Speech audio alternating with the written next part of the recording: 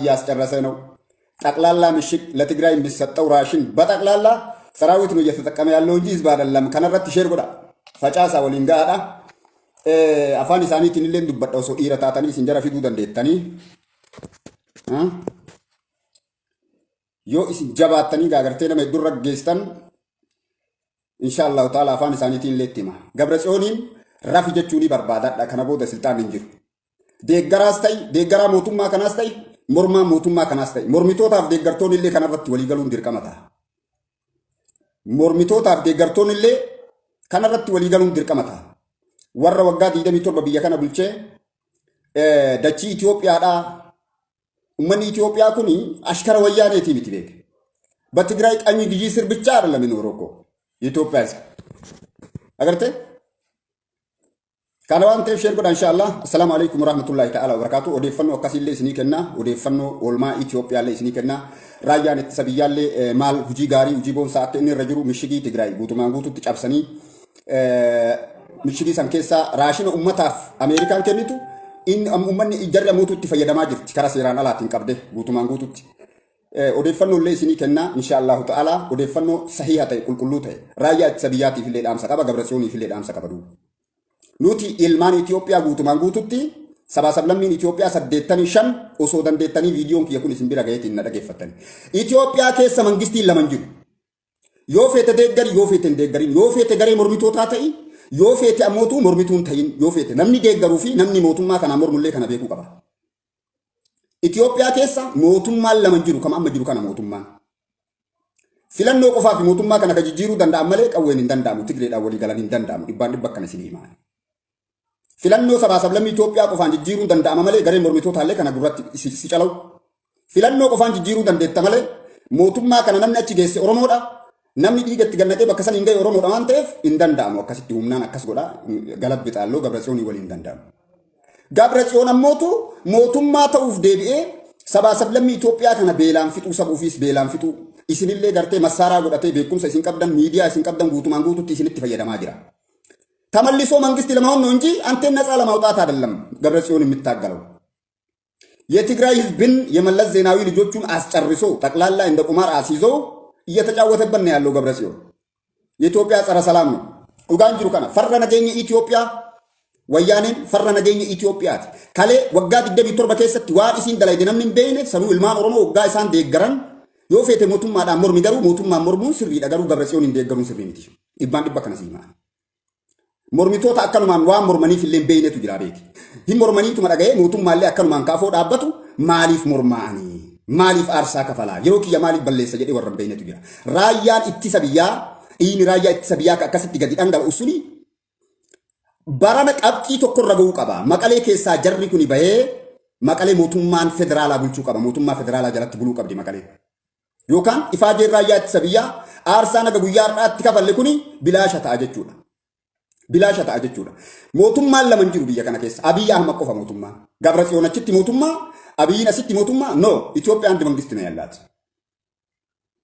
Mootummaa ta'uu fi kaayyoon isaa Gabratsiyoon wanni ilmaan Tigraayillee ficcisiisuuf, wanni sabaa-sablammii gartee Itoophiyaa tana keessaallee ka Faannoo gaannis maammaallee, ka Onag Shanee gaannis maammaallee, ka Affaar gaan masmaamaa taallebbin እንደዚህ አይነት ፕሮፓጋንዳ የነፋ ነው amma Gabratsiyoon. Hin danda'amu kuni.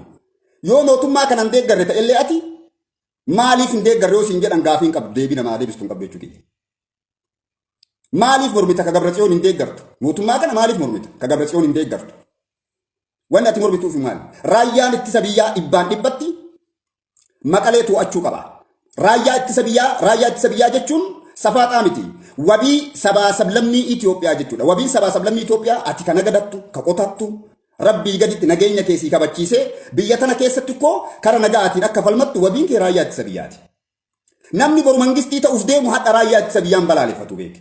Ummata maayyinii ummata barnoota hin qabne akkanumaan lafa dhiitu malee sii galaa miti. Namni boru ani mangistii ta'a jedhu akkamitti raayyaa ittisa biyyaa diina kiyya jedha. Itoophiyaa wattaaddar xalaateen hoyyaalee indeet nu micafachifu. Raayyaa ittisa biyyaa tuquun saba tokko walloluun homaa miti. Saba lammaffaa walloluun homaa miti. Garuu raayyaa ittisa biyyaatti walloluun sirrii miti. Waraana sabaa-sablammii Itoophiyaati jechuudha raayyaa ittisa biyyaa. Siyaasa irraa bilisa mootummaa dhufe kam waliinuu wabii biyya tanaati biyya kanaaf dalaga biyya tanaaf aarsaa kafalaa jira jechuudha raayyaa ittisa biyyaa. Dhugaan kunillee wallaalamuu hin qabu. Waraana naannoo yookaan waraana qabalee takkaasitti hin fakkaatin raayyaa ittisa biyyaa jechuun. Gaanfa Afrikaa keessatti nageenya warroonni kabachiisaa ture. Gaanfa Afrikaa keessatti nageenya warri kabachiisaa ture Itoophiyaa tana keessatti nagaan akka ati argattu akka ati dalagattu baankitti koo aateetiif abbeetii raayyaan ittisa biyyaa jiraannaan bar baankitti mallaqa galchiteetiin ka haadha abbaa keetii ergitu achi teettee biyya alaa teettee. Ummata rakkate ummata beela'u kana ka gargaaraa jirtu raayyaan ittisa biyyaa jiraannaan sheer godhaa dhugaa kana gaagartee jiraannaa gaa pilis. Raayyaan ittisa biyyaa jiraannaan. Ani boru mangistii ta'a mootummaa kana mormee mootummaa kana buusee mangistii ta'a jechaa raayyaa ittisa biyyaa irratti waxmadii xamaduun sammuun sin jiru jechuudha ati sirrii miti. Tikikkil አይደለም ከቀበሌ ጋር ብትስማማ ከአፋር ጋር ብትስማማ ከፋኖ ጋር ብትስማማ ከኢፌድሪ መከላከያ ሰራዊት ጋር ካልተስማማህ በስተቀር የትም መራመድ እንደማትችል የኢትዮጵያ መንግስት አይደለም አንድ ቀበሌ ማስተዳደር እንደማትችል ይወቅ። ዛሬ የፌድሪ መከላከያ ሰራዊትን የጨፈጨፈው ዛሬ የፌድሪ መከላከያ ሰራዊትን ስልጣን ለመያዝ የትግራይ ወጣቶችን እንደ ቁማር አሲዜ በነፍሱ ስትጫወት በአፈቀላጤው ጌታቸው ረዳ በመሃይም ጅላጂሉ ገብረጽዮን እየተጃጃልክ ራስህን ሰዓትህንም ወጣቶቹንም እያራገፍክ ነው ያለው። ብራንጋ አድረ ከነ ብራን ዱጋንጅሩ ከና ጋቸነ ጋንፋ አፍሪካቲ ራያን ተሰብያ ኢትዮጵያዳ ጋቸነ ኢትዮጵያቲ ራያን ተሰብያ ኢትዮጵያዳ ዲነቴና ነው ይባል namoota gartee barnoota hin qabne namoota mahajimii tokko tokko gartee akkanumaan ol ka'ee zallaana qabsoof qabsaallee hin beekne ka raayyaa ittisa biyyaatti bu'u malee jarri kun warra siyaasa irraa walabaati. Warra kursii eeguu osoo hin taane warra biyya eeguudha raayyaa ittisa biyyaa jechuun. Dhugaan jiru kanaa beeku. Kanaaf mootummaan lama jiru waan ta'eef maqaleen uummanni Tigraay kabilisa ba'u yoo raayyaan ittisa biyyaa maqalee to'ate qofaadha. Aarsaan raayyaan ittisa biyyaa poolisiin humna addaa naannoo Oromiyaatii fi poolisiin Affaarii fi naannoo Amaaraa akkasumas ammoo sabaa sablammii Itoophiyaadhaa kafale guutumaan guututti kabaja ka argatu uummanni Itoophiyaallee sabaa sablammii Itoophiyaallee gartee boqannaa fudhatu jarri kuni farri nageenya Itoophiyaa farri nageenya gaanfa Afrikaa warri ta'an kuni TPLF cabuudha. Uummata osoo hin taane ka jechaa jiru waan. TPLF cabuun dirqama. Mootummaa kanaan mormi yoo mootummaa kanaan mormitu shoorar keessa waliin mormuu hin qabdu ati. Qabsoo keellee wanni si jala awwaale tokko kana.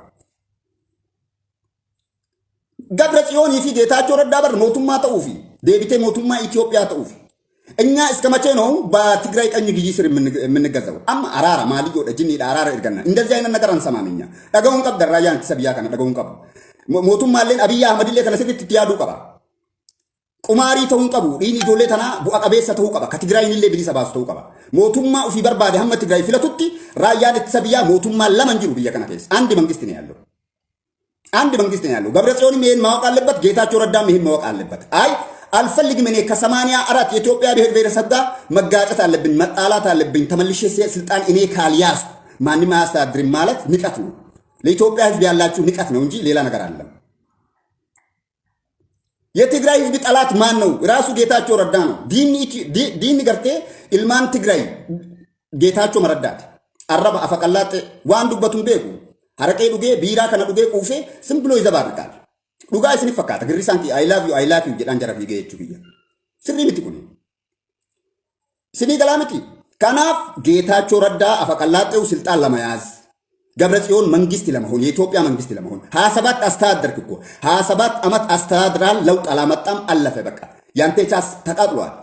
ጋሪ ደለጌ በዳ ደለጌ ወጋ ዲገም ይቶር በከሰት ቻንስ ኢሳኒ ከስልጣና ጉበቴ ጅራ ከነቦ ደጋገርቴ በቀኝ በትግራይ ቀኝ ግዢ ስር ኢትዮጵያ መኖር የለበትም። ንቀት ነው። 77 ኢትዮጵያ ያየሜፉ ኦሮሞን ይነየም ከነ ቤካ ጃለተን ይጅብተን ይባኝ ከነ ከናፍ ራያን ኢትሰብያ ውጂ ጋሪ ወጀቻ ጅራ ሁጂ አመ ወጀታ ጅሩ ከነ ኢትፉፌቱማ መቀሌቱ አቹን ድርቀመታ ሂን አራረምና ጃርሰ ኢርገና አቦቲን አመንታ ገባያ ነጋ ቡሳ ጀተም ሆጋ ጀሪ ዱምቲ Hoggaa gartee qaqqaban harkaan qaqqaban kana amma abbootiin amantaa nu haa deemtu abbootiin amantaa gabbayaa dubbadha abbootiin amantaa shororkeessitoota waan dubbatu hin jirtu kalee dubbatteerti aktivistoonni addunyaa kanarra jirtu ta'uuti salaam ishaalaal kazii mangisti gaa bittittaarraquu ishaalaal jedheet namni hundi dubbateera xiqqaan dubbateera wallaalaan dubbateera guddaan dubbateera araara isinii wayya nageenya isinii wayya jedhee kalee ummanni dubbatee jira nageenya kana namni cabse isinii adhaamootuu gaafa akka bara 81 sanitti nu mijjaa'aan jiru dhaabbachuu nu barbaachisa ufi jaaruu nu barbaachisa humna haaraa qopheeffachuu nu barbaachisa jechaa jirti amma TV isaanii irratti jechuudha.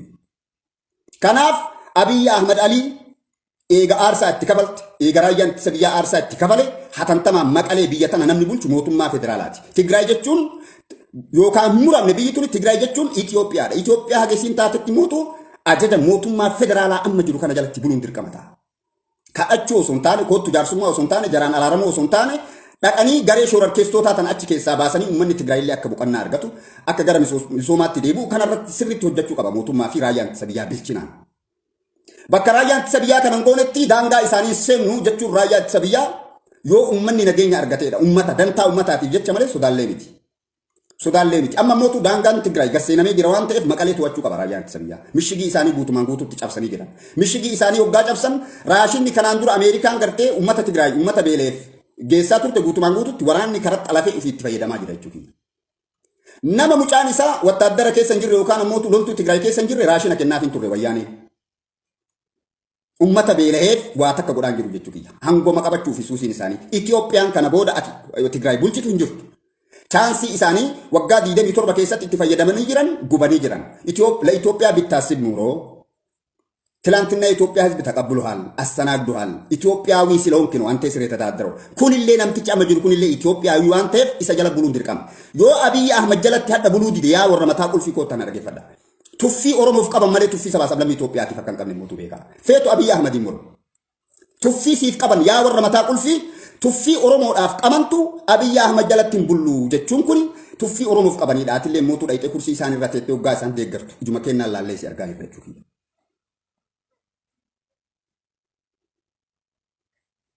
Ira jechuun ammallee diina bira wal dabarsanii rakkinna yeroof jiru walii obsanii walii liqimsanii hamma diina cabsu osoo diina hin cabsin silxaanii ati barbaaddu kan. Gabratsiyooniin gargaartee akka Gabratsiyoon mangistii ta'u xaqlaallaan Oromoodhaa wattaaddara isaa taatanii sooshaal miidiyaan isin qabdan wattaaddara wayyaanee ta'ee dimsa wayyaanee nutti ta'ee feesbuukni isin banattan guutumaan guututti dimsa wayyaanee nutti ta'ee Oromoo tuffachiiftan jechuudha. Abiyyi jibbuu waan biraati. Abiyyi balaaleffadhaa keessa Oromoo akka balaaleffatan goote Oromoon akka tuffamtu goote jechuudha. Ol ka'uun Abiyyi TPLF mo'achuun Abiyyiidha Oromoon mo'achuu agarsiisa. Sabni biraallee si tuffata. Dhaayixaadhaati Tigraayitti yoo ida'amte sabni biraallee si tuffata. Amaarri maas hin jedha. Affaari maas hin jetti. Yeroo jarri Abiyyi deeggarte yeroo jarri Oromoo deeggarte bara Oromoon hangoo qabate kana keessatti Oromoo deeggarte waggaa jarri 77 Itoophiyaa si deeggartu. Ati ka Oromoodha siin jedhan rakkinna waloo keennaa kanu jidduu jiru yeroof dhiifnee Tigraay cabsuun dirqama ta'a beeki. Booddee harkifnee Gabratsiyoon mangistii Itoophiyaa akka ta'u kanarratti dalayna jechuun salphinnaaf xiqqeenna keessanii fi siyaasa wallaaluu ejjannoo dhabuu xawalwaallummaadha malee qabsoo sabaatii fi miti jechuu kiyya. Qabsoo saba Oromoo bakka bu'u. Qabsoo saba Oromoo kan bakka bu'u wayyaaneen falmachuudha. Wayyaanee karaa nadhaatiin falmanne jiisine amma ammootu afaan qawweetiin illee falmanne jiisuu qabna nuti akka Oromootti. Jaalattee jibbitee dhugaan jiru kana. Afaan qawweetiin illee dhiirummaa Oromootti garsiisuu qabna. Kanaafuu dirqama gareen mormitootallee warra Abiyyi Ahmadiin mormitanillee ilmaan Oromoodha.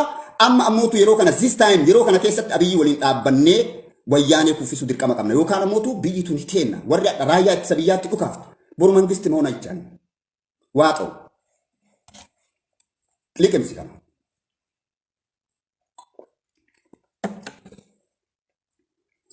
Raayyaa ittisa biyyaa ajjeesaa inni Itoophiyaa mangisti honaallo jechuun qaaniidha. Raayyaa ittisa biyyaa shororkeessota ganda takkaa keessa jalatti cabsaa shororkeessota ganda takkaa jalatti gartee dhiibbaa irratti godhaa ani boru mangistii Itoophiyaati jetteetiin waan mormituuf takka illee hin qabdu kuni hayyamaa miti. Jarana saayinsii addunyaa baradhaami barnootatu isinirraa maqaniidha. Ani barka isin jedhu kanaa bara. ጠቅላላ ያልተማረ የአቦጊዳ ሽፍታ ጥርቅም ምንም አይነት ትምህርት ሳይማር ሚሊተሪ ፖለቲካል ሳይንስ ሳይማር ሲቪል ፖለቲካል ሳይንስ ሳይማር መንግስት ለመሆን የሚሯሯጥ ጂላጅል ነው። ሁጋ ጀደ አብይን ጂላጅል ነው ጠቅላላ እውነቱን ነው እኮ አብይ አህመድ ኦሮሞ በከምቡት ወሪ በራና ወያኔ ወሊን አብይ ትዱካፍተ ረኪና አብይ ወሊን ኦሮሞን ቀቡዲስ እርሰው ይሄንን ኦሮሞ በከምቡት ወሪ በራና አብይ ኦሮሞ በከምቡት ወቲ ኦሮሞ በከምቡት ወሪ በራና ጋሪ ሞርሚቶታለ ወራ ገርቲ ወያኔ ደገሪንቱ ኦሮሞ በከቡአ ፓርቲ መቃ ኦሮሞ ትንጅሩለ ወራ ወያኔ ደገሪንቱ ኦሮሞ በከቡአ ወሪ ወያኔ ደገርተ ጉቱማን ጉቱት ኦሮሞ በከምቡት ወቲ ቱፊ ኦሮሞ ቀበኒዳ ቱፊ ነብይ አህመድ ማሊፍ ቱፈተማ ጀዲ ያዲ ወራና ቀበሌ ተካቦንስተኒ ሶሻል ሚዲያ ከነረት ሐፈርስተኒ ጠቅላላን ሚዲያን ከሰን ሲኤንኤን ይነፉ አልጀዚራን ይነፉ ኦኤምኤን ይነፉ ሻቦ ሚዲያን ይነፉ ከነና ፈርሲና ፕሊዝ ቃኒ ደኩኒ ጋገርተ ሳልፈኔ ረስ እንጀላ ሳልፈኔ ሀዳ ዱበና በሩ ዱበና ተስ ዱቢን አስጌት ሀዳ ዱበና በሩ ዱበና ተስ ዱቢን አስጌት ሲጋለ ራያን ኢትሰ ቢያ ከሀዳቲ ወራና ገንደ ተካ ጀለት ኢትሮሪፍቱ ወራና ገንደ ተከቲ ጀለት ወራና ገርቴ ኩታ ተከቲ ጀለት ቀብሱፍ ደምቱ ኩኒ si argasi daga waan ati hojjettu biyya kanarratti sin kaleessu gubbadhu aysatin iheenni nagar asaallifu lante aysatin kana hubadhu narraa sirritti dhibbaan dhibbatti eenyu walitti bu'ee jedhi ilaaliniyaati. Namni ati walitti buuteen Itoophiyaa. Raayyaa ittisa biyyaa jechuun sabaa sablammii 85 keessaa walitti ba'e. Biyya tana nageenya tokkummaa sabaa sablammii Itoophiyaa eeguuf ka walitti ba'edha. Kanatti bu'uun hin barbaachisu. Kanatti bu'uun biyya bilisan baasu. Biyya bilisan baasu. Raayyaan Itoophiyaa nageenya Itoophiyaa bira taree gaanfa Afrikaatiif salaamas kabaarii ta'e Ruwaandaa, Liibiyaa, Baayidawaa biyyoota adda addaa kana keessatti nageenya Afrikaa kana gartee tasgabbeessuuf nageenya Afrikaa kana gartee mirkaneessuuf namoota aarsaa kafalaa turedha. Akkanumaan isin jettanii xallee hin jedhina. Minni hin jedhina waa takka osoo hin beekniin alatti. Maaliif mormitaati mootummaa kana karaa raayyaa ittisa biyyaa balaaleffattu? Ka waraana gartee kutaa takkatti yookaan ammoo saba tokkocha jalatti cabsuuf kadeentu ati waraanni kun ka sabaa sablammii Itoophiyaati. Sabaa sablammii Itoophiyaa 84 wal lolte TPLF. Hubadhu ati kana. Sabaa sablammii Itoophiyaa 84 wal dhaa jirti yeroo ammaa kana keessatti. Kan hubadhu ati. Raayyaa ittisa biyyaa rukutuu jechuun sabaa sablammii Itoophiyaa 84 walitti bu'uu jechuudha.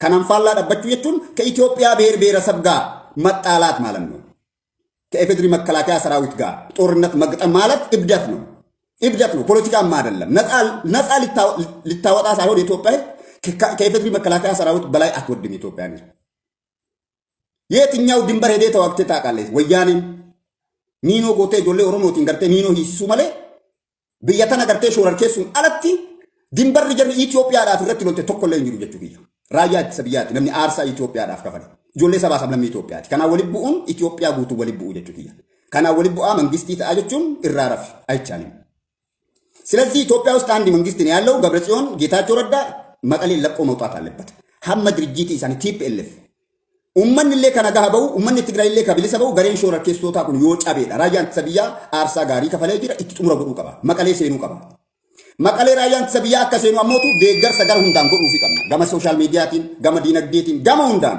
ገመ ቤኩምሳቲን ገመ ሳይንሲ ወራናቲን ዋን ቀምኑራ ቢራ ዳብነ ጫብሱን ድርቀመታ ኩንዱጋ ጅሩ ዮ ቀብሳታ ተሊቅ ሲነራገዲ ዮነ መሰባ ሰብለም ኢትዮጵያስ በከቡ በርባዱ ከተውታት ኩንዱጋ ጅሩ ኩኑቲ ሐመኑ ዱጋ ጅሩ ኩኑቲ ቢራ ዳባቹን ድርቀመታ አብይ ቶክች አርጋ ጅርታቲ አብይ ቶክች አርጋ ጅርታቲ ዋን አብይ ጅብቱ ፊያት ረኮ አብይ አትራቀብ ዱምቤ ኑቲ ኦሮሞ ሚሊዮን ጃተሚ ሸኒ ከናሞ ደምኒ በከቡ ያብይዳ ሰባ ሰብለም ኢትዮጵያ ከነለ ነምኒ በከቡ ያብይዳ ነምኒ ቱፈተሙ ነምኒ ረት ዱለሙ ዱሩማ ሐቀ ነመ ቀቡዳ ቤት ነመ ሐቀ ቀቡዳ ነምኒ ሐቀን ቀምኒ በሪትን ዱለሙ ነመ ሐቀን ቀምኒ ነምኒ ትንዱሉ ነመ ተራት ነምኒ እንዱሉ በርቤታዲ ኦሮሞ በከምቡት ወሪ ወያኔ ወሊ ኦሮሞ ትዱልት አብይ ትዱልት ኩን በከምቡት ኦሮሞ ወያኔ ጨብሲ ገይቲ ፈልመዱ አብይ ወሊ ዋን በርባድ ጋባ ዋን ከነሲ በለሰ ጀዲቲ ኦሶ ወያኔን ጨብሲን ገሩ መነቅ እንጀዲን መነቅ እንጀዲን ፕሮፌሰር ሲንጀዳኒ ዶክተር ሲንጀዳኒ ኢታና አብቴ ጀተሙ ገዳና አብቴ ጀተሙ ስኬል ገቢሳ ጀተሙ ስኬል ሁቂሳ ጀተሙ ጠቅላላን ድምፀ ወያኔ ሰገሌ ወያኔ ማለ ጉጃ ተከ ፌስቡክ ከያላን ጅሩ የቹ ወነ አትሸር ጎተ ገብረጽዮን አሳፋሪ ናችሁ እናንተ 85 ብሔር ነው ያላት ኢትዮጵያ ከ84 ብሔረሰብ ጋር ነው የተጣለችው ትግራይ የኢትዮጵያ ጸረ ሰላም የአፍሪካ ጸረ ሰላም ናቸው እነሱ ከመከላከያ ጋር መጣላት ማለት ሰፋጣ ስትፈካትን አባኪያ ጉልፋ ቦላላላቻ ራያን ተሰብያ ከአርሳ ከፈለሚ ከቦጂአሜ ገቲ ራያ ቦጂአሜ ገቲ ራያ አርሳ ከፈለ ከምርከናው ኡመኒ ትግራይ ገሬን ሾረል ኬስቶታ ኩን ይራጫበ ዮ ቢሊሰ በየ ቆፋ ዱጋንጅሩ ካን ሸርጎ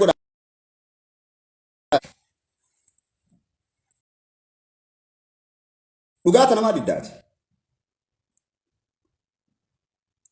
ገቲ ትቆሉ ቀብዳ ኢፋጄ ራያ ተሰብያ አመ ጀሪ ጨምናን ካም ቢሻን ተከሰት ሶዴት ቢሻን ተከሰት ዱቴ ጫልጀተቺ ሰበብ አዳዳ ተሪበናል ሲያስኒ ትግራይ በራ ኡፋ ደብራ ቤሎይኒ መቆፈጅት ቤሎይኒ በራ ደርጊ ቤሎይኒ ይት በራ ኃይለ ሥላሴ ቤሎይኒ ቆፈጅት ቤሉ መህመት ጀቹዳ ሲያሰ ኢሳኒ ትኩኒ ሲያስኒ ኢሳኒ ጉደቱ በረመራ ቤሎይኒ ቆፈጀለ መቃ ቤሎይኒ ትነሞቱ መለቀ ወሊ ቀበታ ራሽና ወሊ ቀበታን ወራናፍ ኦልፈተኒ ኢትዮጵያ ዳው ጀቹዳ ካናንዱራ አኒ ዱበዴ ጅራ ራያ ኢትሰብያ ራያ ኢትሰብያ ዴቢስተኒ ጫብሱዳ ዮ ገርቴ ትግራይን ራሽና ከገኒተኒፍ ታተ ጀዴ ዱበዴ ጅራን ዮ ቤሎይቱ ትግራይ መሳራ ሽጦ ይብሉ ሰው ከተራበ እኮ መሳሪያ ሽጦ ይበላል ዳቦ ይገዛል ዳቦ ቢተተኛ ተነም ዮ ቤለ ለትግራይ ህዝብ እርዳታ አይደርስም ለትግራይ ህዝብ ወታደር ነው እየተጠቀመባት ያለው ጥይት እየገዙበት ነው ያለው ረሳሳም ቢታጅረን ቀርቃርስ አዱኛን ከኒቱፍ ኩልሌ በላለፈቹ ቀባ ሰባ ሰለም ኢትዮጵያ ገበይ አካስ አኪ ትግራይ ትጨብሳ Ifaa jetti godha. Ijoollee Oromoo dhiiga ijoollee Oromoo achi keessa gannaqame kana gatii itti godha.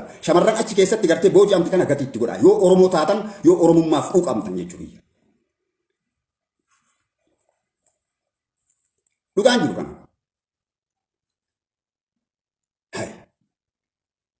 Ummanni Tiግራይ የትግራይ ህዝብም ደግሞ ወጥቶ ኡኡ ብለው እነዚህን ሰዎች መቃወም ነው ያለበት።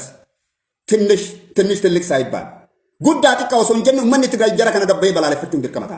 Akkan ufta fakkiitaati Oromoon akkan ufta fakkiita akkan tufin tuffiisin baraati angoo qabdu baraati angoo irra jirtu irratti Tigreen qawweesitti dhukaaftee as deebi'uun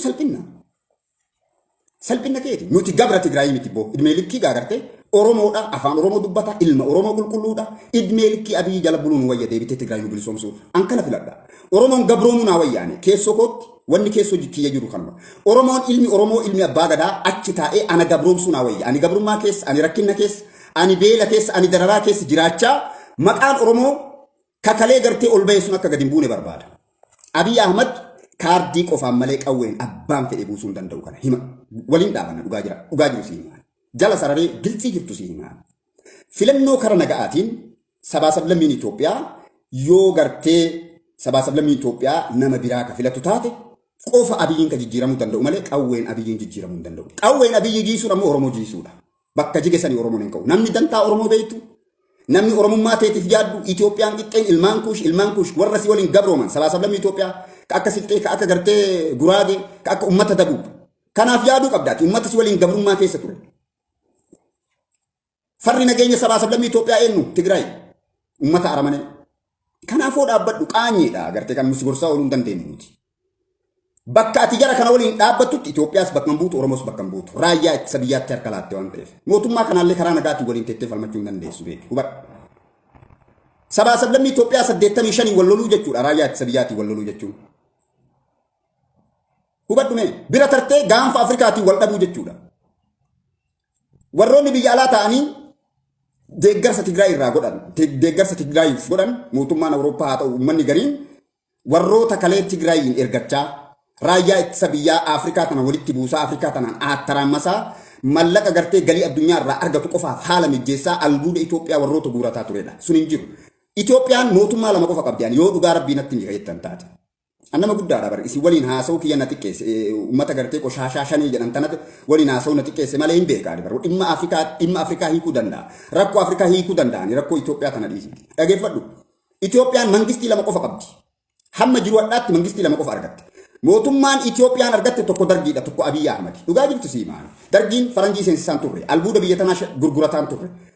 Lola keessa dhaabbatee Abbaayii hidhe Abiy Ahmadanii. Mootummaa kana lama qabu akka Itoophiyaatti. Mootummaa lamaan kana qofatu jira. Dargiin abbaa Itoophiyaati, Abiy Ahmad abbaa Itoophiyaati.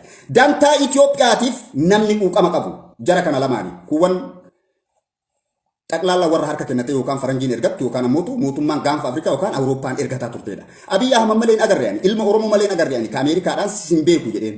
Maal kanaan boonuu qabdaati osoo isaa mormite illee sitti dhagahamuu qaba. Dhugaa kun awwaalamuu qabu.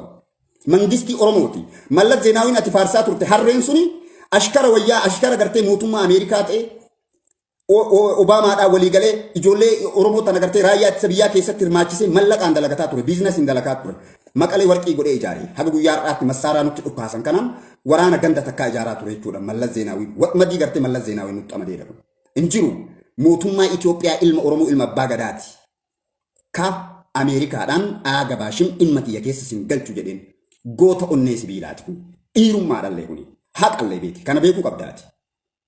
Yoo Abiyyiin illee ka mormitu taate kana amani seenaa walii dhoksaa wal awwaalaa wal kuffisaa bilisa ba'uun hin danda'amu. Hin dhaabbatu ati I am sure no Ameerikaa miti TPLF afoon dhaabbatu namni fedhe osoo Abiyyiin barana Oromoo bakka buusuu baate. Qaata albaatii fixatte qaata shaanxaa fudhattee biyya kanaa dheette osoo Abiyyi Ahmad hin ta'in. Wal beeynumaa wal beeynaan arraban qabdu bar sirritti wal beeyna. Wal beeynaan arraban qabdu sirritti wal beeyna. Ummanni Tigraay miidhameeti, ummanni Tigraay beela'eeti. Ameerikaan akkanatti as dhaabbattu.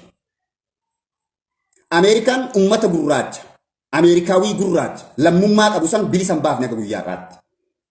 Biyyi isin bilisummaa irraa eegdanii fi faranjiin isin gartee sa'aa 24 hayyoota moo harroota warri isiniin jedhan kuni iyyannoo itti ol barreessitan ummanni gurraacha achi keessatti bilisummaan qabu guyyaa irraa kana. Morma irra dhaabbatanii gombisanii Mormarra dhaabbatanii gombisanii ati gurraacha ati diimaadha. Bifa uumaa ilma namaa qalamaan addaan baasanii warra nama gabroomsuudha Ameerikaan. Afrikaa Iijiyaa tanaa fi Afrikaa tana namni cabse Ameerikaadha. Hordoftoota amantaa Islaamaa biyyoota Arabaa tana Afrikaa tana guutuun guututti namni attarammase Ameerikaadha. Diinni Itoophiyaan Afrikaan qabdu Arabni qabnu hordoftoonni Islaamaa qabdu guutumaan guututti Ameerikaadha. Kana beekuu qabdaati. Iraaq meeshaa qabdi meeshaa guddaa qabdi Saddam Hussein baduu qaban hin jette. Okay meeshaa saniin baaftaa yoo Saddam Hussein bada jennaan een baasaa jette. Meeshaa Kamaal qaba jennaan ka addunyaa balleessu qaban hin jette Saddam Hussein. Okay jenneen numa caraafne. Saddam Hussein hin qabde. As fidaa meeshaa jennaan hin jiru meeshaan. Hin jiru meeshaan. Usmaan Bilaadin itti taphatte biyyi Usmaan Bilaadin garuu amma bilisa baateerti Ameerikaa jalaa hubadhu. Qabsoo dhiiraati. Afrikaan bilisa ni baate Ameerikaa jalaa. Ufin bulchiti, ufin dandeetti. Warqii guurataa, ma'addina biyya keessaa guurataa, qamadii namaa eeguun bilisummaa namaan fidu.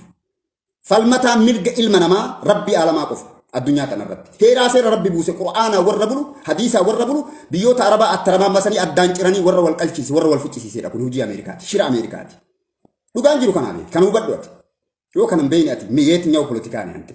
Yookaan aktiivistiin taane, yookaan waraanan taane, yookaan saayintistiin taane, hommaan isin mormitootuma kanaa nama yoo laalu yeroo garii mormitoota kanan gingilchaanii barbeeta. Osuma mormuun gingilchaanii mormitoota kanan gingilcha waan gingilchee laalu. Ummata mana ofii jiraachisuu hin dandeenye biyya ofii yookaan ammoo jaartii ofii bulfachuu hin dandeenyetu Abiyyi arrabsaa oola. Tidaariin isaa akkami jiruun isaa akkami jedhi ilaalimi amma. Nama hedduu warroota Abiyyi addunyaa bulchu kana qeeqaa oolu taa'ee mee jirummaan isaa akkami bultimmaan isaa akkami nama kana jedhi ilaalimi gama gami. Yalloon ijoollee lamaaf jaartii ofii tii wal bulchuu dadhabee warroota ari'uudha. Warri mangistii taa'ee arrabsaa oolu kun. Dhugaan jiru kanaa miti. Hadda gadhoosee isin hima jechuu biyya. Nama meeqa sheer godhe. Haasinni kana sheer hin gootu bara. Dhugaan jiru kana. Gassii tanaadhaan. Farra nageenya hordoftoota amantaa Islaamaati Ameerikaan. Diina amantaa Islaamaati. Diina biyyoota Arabaati. Diina gaanfa Afrikaati Ameerikaan. Kana baradhuati. Ummanni gurraachi Ameerikaawwiin biyya san keessatti bilisummaan qabu bara. Bilisummaa Ameerikaa irraa eedda Rabbii alamaa irraa eedda jechuudha bilisummaa. Adada isin faranjii irratti iyyannoo galfattaniin barreessitaniin nuti mootu iyyannoo keenya gara Rabbiitti barreessan jechuudha. Dhugaan beeyna garuu bakka itti dubbannuuf nama itti dubbannu dhabne malee. Hin beeyna bara. Innaa qaalleen binni innaa gari innaa qaalleen jee. Akka Haacaaluu sanitti dhugaa dubbanneetu uunuun dhibeetii miti. Xiqqoo haatee nuyi ijoollee nallee haga guyyaa addaa qabsoo Oromootiif asii achi dhamaa jirraa jenneetu man cillifne malee hin beeyna nuti. Innaa qaallee.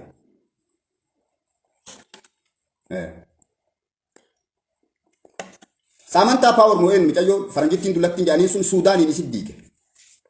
Yakka tokko malee gaadaa fi balleessaniitti ayii osoo gadaa fi balleessuu baannee jedhan. Balleessanii kaanii dhiifama gaafatu jedhan. Ankitkit kaadaa guubaale. Afrikaan kaafarrasu bu'aala. Araba gariin kaattaraammasu bu'aala. Yeጦር tapha kubbaa lugaa eega godhan booda Afrikaa tana yeጦር እግር ኳስ ነች. Biyya waraanaa seentara waraanaa Afrikaa fi Araba eega godhanii booda falmataa mirga ilma namaan jedhama jechuudha. Biyya beelaan fixamu, biyya beelaan saaxilamu, warri biyya tana beelaan saaxile warshaa adda addaatti gadhiisuun qilleensa biyya kanaa faale dhukkubaan addunyaa kanatti galaafate fixe Ameerikaa malee hin jiru. Itoophiyaa addunyaan tuni Ameerikaa malee hin qabdu diina tokko hin qabdu Ameerikaa malee. Kana warri hin beeknetiin Kooriyaan maa balaaleffatti, Chaayinaan maa balaaleffatti. Okay, barana namtichi ruusuun zayitii gurguruu dhiifnaan zayitiin qaala'ee sama itti tare. Ameerikaan zayitii gatii rakashaan maa isin gurguruu dhabde. Zayitii qofa waan biraa dhiisiti zayitii qofa gatii rakashaan addunyaadhaa raabsumaa dadhabde Ameerikaan. Dhugaa miti kun. Dhugaan jiru kana egizee guddaa hin hojii koo nama addunyaa gabroomseef nama addunyaa bilisoomse illee hin beeknamti. Okay, Ameerikaan biyya bilisummaati biyya gartee nagaa maalii godha. Ameerikaa malee biyyi Afrika addunyaa kana yeroo tokko mee Afrikaan bulchee beekaa. Yeroo tokko Arabni akka bulchu, Iijiyaan akka bulchitu, yeroo tokko Afrikaan akka bulchu, yeroo tokko ammoo Ameerikaan uummanni Awurooppaa akka bulchu yoom gootee beekti. Diktaatara humnaan bulchite addunyaa kana walitti cafayxee walitti buuftee waraanaan fixxee beelaan rukutte. Dhugaa kanan beektu ati. Kanan beektu ati rakkinni keessan kana bara. Siyaasa osoo hin beekne siyaasa irraa dubbatta rakkinni keessan kana. Mootummaan addunyaa kan jijjiiramne kun maali bara dhufaa dabra? ለአሜሪካ ማን ፈረመው ስልጣን? አንድ አመት እኮ አፍሪካ አስተዳድሮ ያሳይ። ከዛ በኋላ አውሮፓ ማስተዳደር ነው ያለባት። አዱኛ ተለበር አንጎ ደበርሰኒን ከነን ጀቹላ ኡፊ ረቱ ወልጅሩ ማለያችት ጉያ ተካ አሜሪካን አትቢልሱማዳ ፍለኖ ከራና ጋአቲን አንጎ ወሊ ደበርሰን ጀቱ ሱኒ ዲክታተር ጉዶን አዱኛ ከና ሲተው ሲቲ ማና ሞቱ ኢልሚ ኦሮሞ ቃልጣን ቀጫጫን ዳለች ሲያፎታ ቡኒቹ እንዴካ አከብት አፍሪካን አዱኛ ተነብልጭቴ ቤቲ ማፊ ቡልችኔ አፍሪካ ፊ ኢጂያ አውሮፓ ተነከሳ ፍለኖን ኤስቴ ቤቲ አሜሪካን በረመራ ኦፉማ ቡልችቴ ጁላ ሆጋንሲ አዱኛ ከና አሜሪካ ዲክታተር ጉዶን ፈሪ ነገኛ አዱኛ ከና farri nageenyi ilma namaa, farri nageenyi hordoftoota amantaa Islaamaatiif amantaa Kiristaanaa jaruma kana jechuu kiyya. Diinni ilma namaa addunyaa kanarratti jara kana malee jiru. Dhugaa kanan beektu ati. Eenyuun attaaqin. Politika nyaataatee uummata afooteetti haasa'uu barbaadda malee kanan beektu ati. Biyya jijjiira hangoon atti kennaa jinni attaaquun maa eenyu. Midira baaraa hullaa. Dhugaan jiru kana. Taphataa siyaasaa fi silmee kanarra wal gaafanna. Biyyoota Eeshiyaa tan Afrikaa tan attaraammasanii waliin buusaa dhaqanii beelaan saaxilanii caccabsanii addaan qoodanii kutaan qoodanii gosaan qoodanii biyyoota Arabaa tan facaasanii biyya hadiisaaf Qur'aanaan bultu bitimtinii isii haqanii addaan. Filisteemiin namni irraa dadhaban kun Masri mataan. Qaata rabbiin nassaree barsila Filisteemiin. Masri bakka san keetti wattaaddara ofii godhattee leenjiftee Ameerikaan. Itoophiyaa illee kanaan attaraamasti. Suudaan Itoophiyaa caccabsiitti caccabdee dhumte jechuudha uummanni Suudaan kun. Tigree deeggarii Itoophiyaa caccabsii jaaniin indidde hangoo irraa buusan mootummaa wattaaddara itti qajeelchanii wattaaddara mallaqa naqanii irraa darbii jaaniin. Amma mootu waan nusin jette dhageettaa een dhagaa irratti ol deebisan yoo soba jedhan akkasi sistama akkasiisan dalagee Ameerikaa. Itoophiyaa akkasiin caccabsituufi Suudaan wanni kun hundi irratti dalagame. Itoophiyaa caccabsi jedhaniin diddee ofiillee caccabde warroonni hafe mootu garee shoorarkeessoo Itoophiyaa irratti hin tuulla jedhe lammiileen Itoophiyaa achi keessatti beelaaf dheebuun dhumataa jiru jechuudha yeroo ammaa kana keessa manidhaa keessatti. Haqi jiru kana dhiibbaan jiru kana malee rakkinna abiyyiin fidee miti. Jiraadhullee du'ullee dhugaa kana osoo dubbatin du'uun kiyya sirrii miti jedheetiin dubbadhe waan kana. Silan maaqa osoo beektu maa cal'iftee yoo rabbinaan jedhe itti gaafatama jedheeti beekumsa rabbiin sii kennirraa jedhe. Xiinxala sammuu kee keessaa waan ijaan argitu waan addunyaa kanarratti ijaan argitu maaliif akkasittiin dubbatin jedhee rabbiin si gaafata waan sii kennirraa jedheeti. Hadha ka dubbadheefan. Rakkoo abiyyiin fidee osoo hin taane wal nyaachuun walitti dhukaasuun beelaaf saaxilamuun eewullu chiggir basta jarbaa maan naalloo eenyu duubaan jira. Ispoonsarri isaanii eenyu Tigraayin isaan kana jechuudha. Biyya Somaaliyaa biyya guddatte biyya ikoonomiin illee wayyootti namni caccabseet mootummaa isiin uummatte balleesse mootummaa ganda takkaa fideetti irra kaa'ee biraa lixe Ameerikaan dalagaan isaa kanuma. Itoophiyaaf dawaadha Abiyyi Ahmad adeemsi isaa sochiin isaa kun ballaaf ta'uun naman argitu jira. Oromoo yoo mammaaku ballaaf ta'uun naman argitu jira. Ameerikaa balaaleffachuun isaa sun dantaa biyya tanaa dantaa sabaa sablammii Itoophiyaa dabarsinee biyyoota adiif hin kenninu jechuun isaa suni baay'ee gaariidha. Fira Islaamaa fira uummata gurraachaa namoonni hariiroo walitti qabuun laalame uummata gaarii uummata nagahaa ka akka gartee namticha eenyu ka gartee dooddaammu eenyu ka jedhaniin kana. Yaa ka Turkii kana nama guddaa abbaa Islaamaa nama akkasiiti namoota gaggaariidhaan walitti hariiroo qabachuudha gurbaan kun. Kanaaf warroonni ijoolleen safaraa warroonni TPLF deeggartan gama sooshaal miidiyaatiin gara adda addaatiin sochii akkasii gootan siyaasas hin beektan akka itti deemtanis hin beektan akka itti mangistii taatanillee hin beektan waan ta'eef gadi bu'aatii ganaa leenjii fudhadhaadha. Mangistii ta'uuf mangistiin mormuun waan mangistiin dalagu hubachuu rakkina jiru hubachuu rakkina biyya tanaa maal akka ta'e osoo hin beekne rakkina Oromoo maal akka ta'e osoo hin beekne oluma kaatee xilliq jettee siyaasa keessa seentee udaan hin laaqisiin jechuu biyya. Kana rakkoon jiru malee kabiraatiitti. Madaabaraa 50 kiiloo takkattiin qamadiin Ameerikaatti biqilu biyya tana yoo dhufe kuntaala 500 ba'a. 50 kiiloo takkatti san waan facaafamu nuun kennine Ameerikaan. Akka inni hin biqille Afrikaa keessatti akka inni hin biqille maashinaan goggoysitee akka inni hin biqille gootee si ergiti. Maaliif madaabaraa takkatti san nuun kennine facaafannee beelli nurraa haa ba'u. 50 kiiloon kuntaala 500 baati sin jedha bar 100 kiiloo 500 baati sin jaaba. Ameerikaan dhugama nu jaalatti unatti mi wadduun koone anda 50 kiiloo istiin minzaraa sin deestun. Sanyii filatama mirti zaristun isti qamadii. Maa dhugaa kanan gaafanne isin. In beetu kaati attaa uummaa ka qaqqalamee sii dhufu san jaalattaati ka dhiiga kee gannaqaatiin Ameerikaan deeggarsa isiin sii gootu san jaalatta malee kanan beektu ati UN keessa galtee gargaarsa isaaniitiin biyya kana keessa akka dhabataate achi dhayxeellee ijoollee isaanii gartee ijoollee ta'e irratti gartee faranjiin jiraattu qofa barbaadda malee ati kanan beektu ilmeelikki ashkara isaanii taate humna ho'aa qabduun isaanuma tajaajilaa mee amma nama Ameerikaa keessa jiraatu biyyi Itoophiyaatti yoo gale nama mana bitatuu hin dandeenyedha. Maaliif ekonomii waa hundi itti qaalessanii jechuu kiyya. Mallayni Ameerikaa keessatti ati dalagatti Ameerikaa keessaan bahu. Hidhaadha karaan hundi jechuu kiyya. Kana barachuu qabdaati. 50 kiiloo takka nu haa kennan gahaadha. Dargiin hatee galaanii ture. Baarzaa fi uumama kana kophee keessa kaatee galaanii ture. Hagadhaa nu fayyadde laata.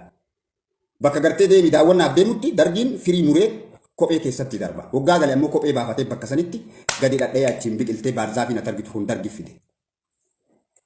Takka kana qabadhuma 50 kiiloo qofa nu haa kennu Ameerikaan dhugama nu jaalata akka beela jalaa baanu 50 kiiloo qofa nu haa kennu qamadii facaafannu 50 kiiloo facaafnaan kuntaala 500 baasin jedha. Nu amma kuntaala 30 facaafnee kuntaala 200 argannu 300 argannu. Kana haa gootu Ameerikaa yoo nu jaalatti. Iheenni ni yaaddu gullee. Maaltu jira kaa? Xaqlaallaa wanni miidiyaa irratti wal ga'e, Tiwiitara irratti wanni wal ga'e, የመሐይም ስብስቡላ nama waan dhuunfaa jireenya keetiitu hin beekne wanti achirra wal ga'e jechuudha hundi isaatu kana dhugaan jiru.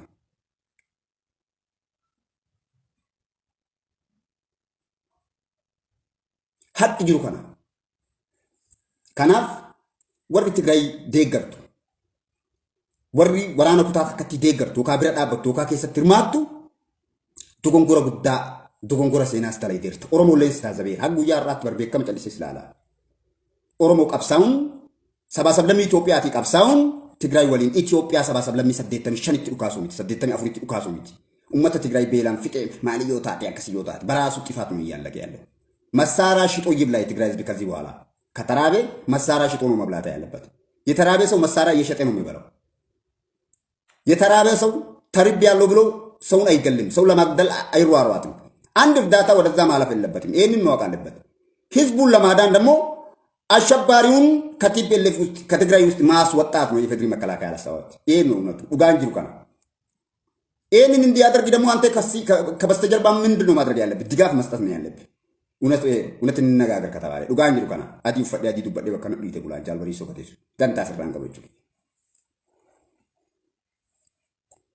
ወጣቴን ከራገዲሳ ወጣቴ ከራገዲሳ ወጣቴን ትግራይ እርገቱ ከራገዲሳ ቀብሶ ኦሮሞስ በከሙታን ኦሮሞማ ሲን ቀብደን ሲን አገሬ ጅብረ ኢልማ ወያኔት ሲን ትግሬዳ ወርቢ ትግሬ ወሊ ለፈኢቱ ኩን ጉቱማን ጉቱ ዲጎ ኦሮሞን ቀብደን ሲን ትግሬዳ ነምኒ ዲጎ ኦሮሞ ቀቡ ዮ አብይን ኢሌ ሞርሜ ዮ አብይ ኢሌ በላለፈተ አብይ ደገረቹ ይያ warra diina waliin oromoo fixe eenyu akka ta'e barana addaan baafannee beekna. Oppiidiyoo jechuun adda bilisa baasaa oromoo jechuudha. Abaa'oo jechuun adda gabrummaa uummata oromoo jechuudha. Waraana caasaa waraana Tigraay. Siwwir Haayilii kanaan durallee kaambii Tigraay. Ijoollee oromoo taqabsoof manaa baate akka isin kara biraa deemtee humna godhattee wayyaaneen kuffifne kaambii achitti ijaaratanii Daawud Ibsaa achi kaahanii achitti ijoollee axxaraaqamanii achi booda achi keessatti qabanii beelaan fixaa oorruu Eertiraa qochisiisaa turte jechuudha. Tigree fi Abaa'oon diina oromooti. Dhoosee sitti hima dhugaa jiru kana.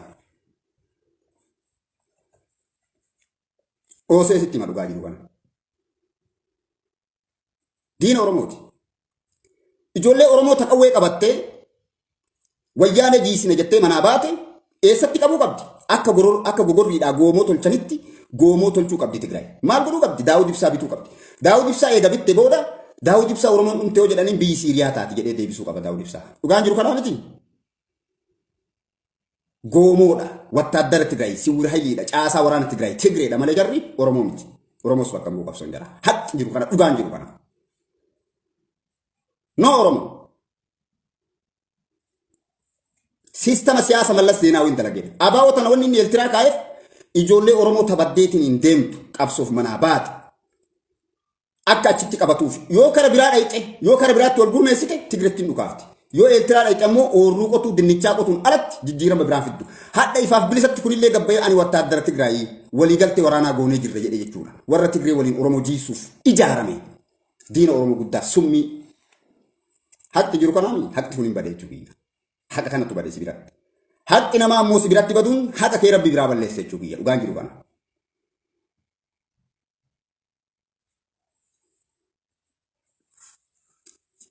Kakana haasa waan dhugaa rabbiitiif malee bilisiginnaa keessatti miseensaa miti bilisiginnaa keessatti silxaana hin qabu beekiyaan. Silxaana illee hin qabu miseensummaa illee hin qabu paartii abaal illee miti yaani. Deeggaraa illee miti hatta. Anka kana haasa dhugaan garaana nyaannaan haasa'e malee. Garuu ati warri silxaana keessatti illee gartee warri gartee bilisiginnaa keessatti illee hangoo qabu sima fa'a leencoo lataa kalee hayyu duree abaa'ooti hadhaa ammoo isima. Leencoo lataa hadhaa hayyu dureen gorsaa muummicha ministeeraa kunooti. Bilisiginnaan silxaan naa kennitee miti. Bilisiginnaan birrii naa kennitee miti kan akkasitti haasa'u. Dhugaatu na haasofsiise. Dhugaa rabbii santu na haasofsiise jechuudha. Haqa rabbii santu na haasofsiise jechuudha. Bakka nama haqa qabu nama dhugaa qabu bira dhaabbachuun ammaas dirqama waan ta'eef. Humaanitti dirqama ilma namaa kamiitu waan ta'eef. Eenyummaa keetti keessoo keessi ajaja waan ta'eef. Sabara keessa deemtanii ijoolleen boochisinaa. Faanoon akkas nu goote, faantoon akkas nu goote, maaliyyoon akkas nu minni yaadarrabuu nagara lama. Rakkoo ati fiddetu balaa sitti dhale. Rabbii jedhi nadhiisi isin hin jedhu abiyyiin ati waraana qabattee biyya tana keessa mootummaan lama hin jiru isin jedhaa jira. Hulet መንግስት የለም አንድ መንግስት ነው ያለው። የመንግስት ሰራዊት ብቻ ነው መንቀሳቀስ ያለበት ኢትዮጵያ ውስጥ እኮ እውነቱ ይሄ ነው እኮ። ሀይቅ ጅሩ ከናባ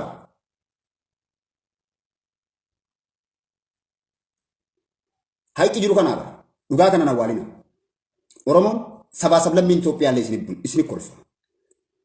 Warra silxaana argatee mana jireenyaa argatee makiinaa argatee birrii fudhatee isin haasa'usanii miti nuti ijoollee Oromoo qulqulluu dhaaba kanarraallee bilisa ta'etu isinitti maara dhugaa kana Oromoo ufin xiqqeessina.